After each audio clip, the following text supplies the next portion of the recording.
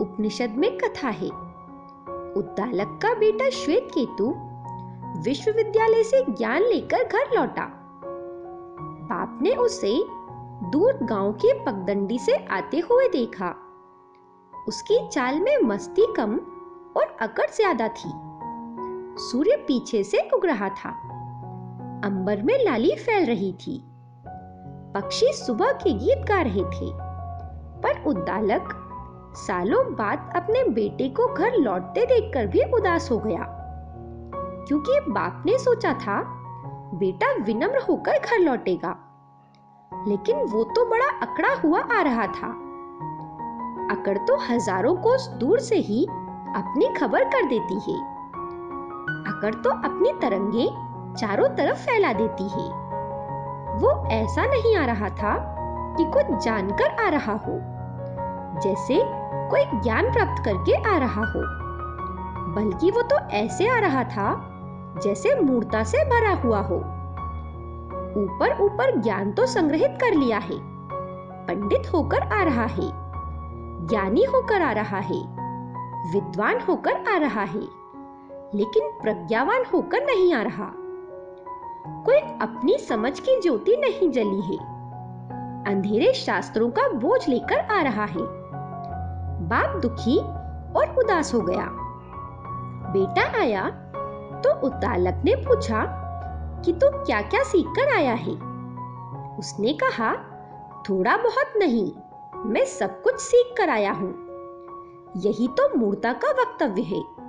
उसने गिनती करा दी, कितने शास्त्र सीख कर आया हूं। सब वेद कंठस्थ कर लिए हैं, सब उपनिषद जान लिए हैं, इतिहास, भूगोल, पुराण, काव्य, तर्क, दर्शन, धर्म सब कुछ जान लिया है, कुछ भी छोड़ा नहीं है। सब परीक्षाएं पूरी करके आया हूं और अपने साथ स्वर्ण पदक लेकर आया हूं। बाप ने कहा, लेकिन तूने क्या उस एक को जाना जिसे जानकर सब कुछ जान लिया जाता है? उसने कहा, कैसा एक?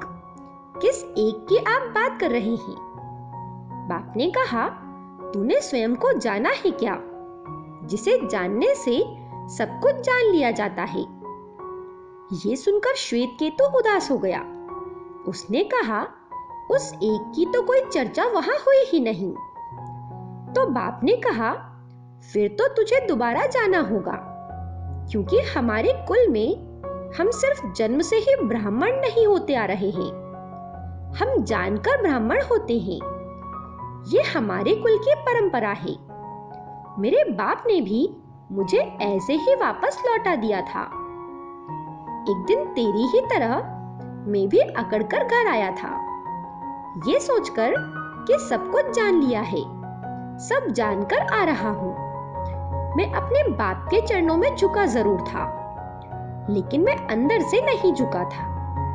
भीतर तो मेरे यही ख्याल था कि अब तो मैं बाप से भी ज्यादा विद्वान हो गया हूं, मैंने बहुत कुछ जान लिया है।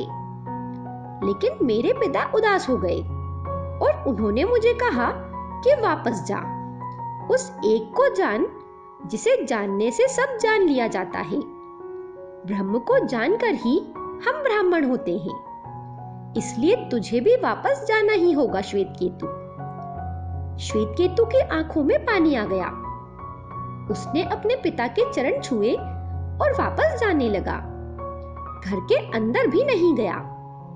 मां ने कहा, बेटा सालों बाद घर आया है, उसे बैठने को भी नहीं कहा, कुछ खाने को भी नहीं कहा। आप कैसे पिता हो? लेकिन श्वेतकेतु ने मां के पैर छुए, जल पिया और कहा, मां अब तो उस एक को जानकर ही तुम्हारे चरणों में लौटूंगा, जिसे पिताजी ने जाना है या जिसे हमारे पुरखों ने जाना है। मैं कुल पर कलंक नहीं बनूंगा। श्वेतकेतु गुरु के पास गया और पूछा, गुरुवर, मैं उस एक को जानने के लिए आया हूं।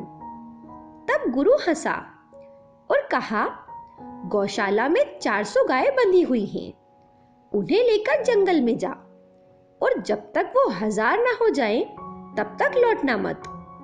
श्वेतकेतु गायों को लेकर जंगल में चला गया। गाय चरती रहती, वो उनको देखता रहता। अब 1000 होने में तो बहुत समय लगेगा।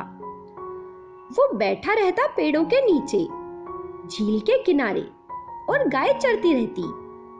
शाम को जब गाय विश्राम करती तो वो भी विश्राम करता। दिन आए, रातें आईं, चांद उगा, चांद ढला, सूरज निकला, सूरज गया। समय का धीरे धीरे बोध ही नहीं रहा, क्योंकि समय का बोध आदमी के मन के साथ है। कोई चिंता न थी, न सुबह की न शाम की। अब गाय ही उसकी साथी थी, और वो ज्ञान जो सालों तक पढ़ा था, उसे वो किसके साथ साझा करता, किसके साथ बातें करता। इसलिए वो खाली होता चला गया। श्वेतकेतु गायों की मनोरम स्फटिक की तरह आंखें देखता रहता। आप भी कभी गायों की आंखों में झांक कर देखना, किसी और ही लोक में पहुंच जाओगे। कैसी निर्दोष और मासूम, कोरी, शून्यवत होती हैं गायों की आंखें। उनका ही संग साथ वो करता, कभी बैठकर बांसुरी बजा लेता।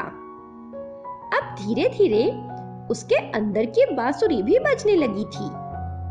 इस तरह सालों गुजर गए, और अचानक एक दिन गुरु का आगमन हो गया।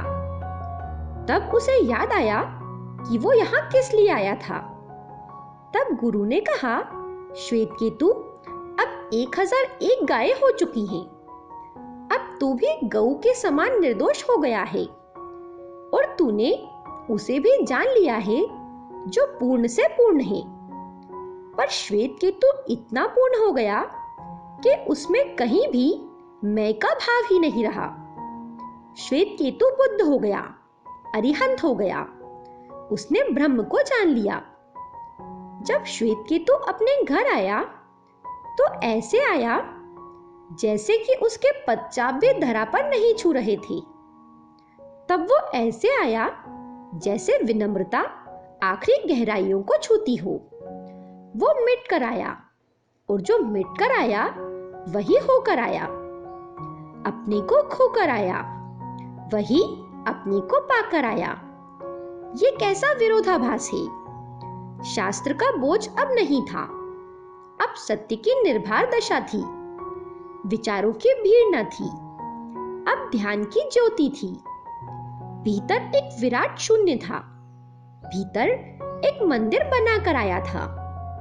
एक पूजा गृह का भीतर जन्म हुआ था। अपने होने का जो हमें भेद होता है, वो सब गिर गया था श्वेतकेतु का। अब वो अभेद हो गया था।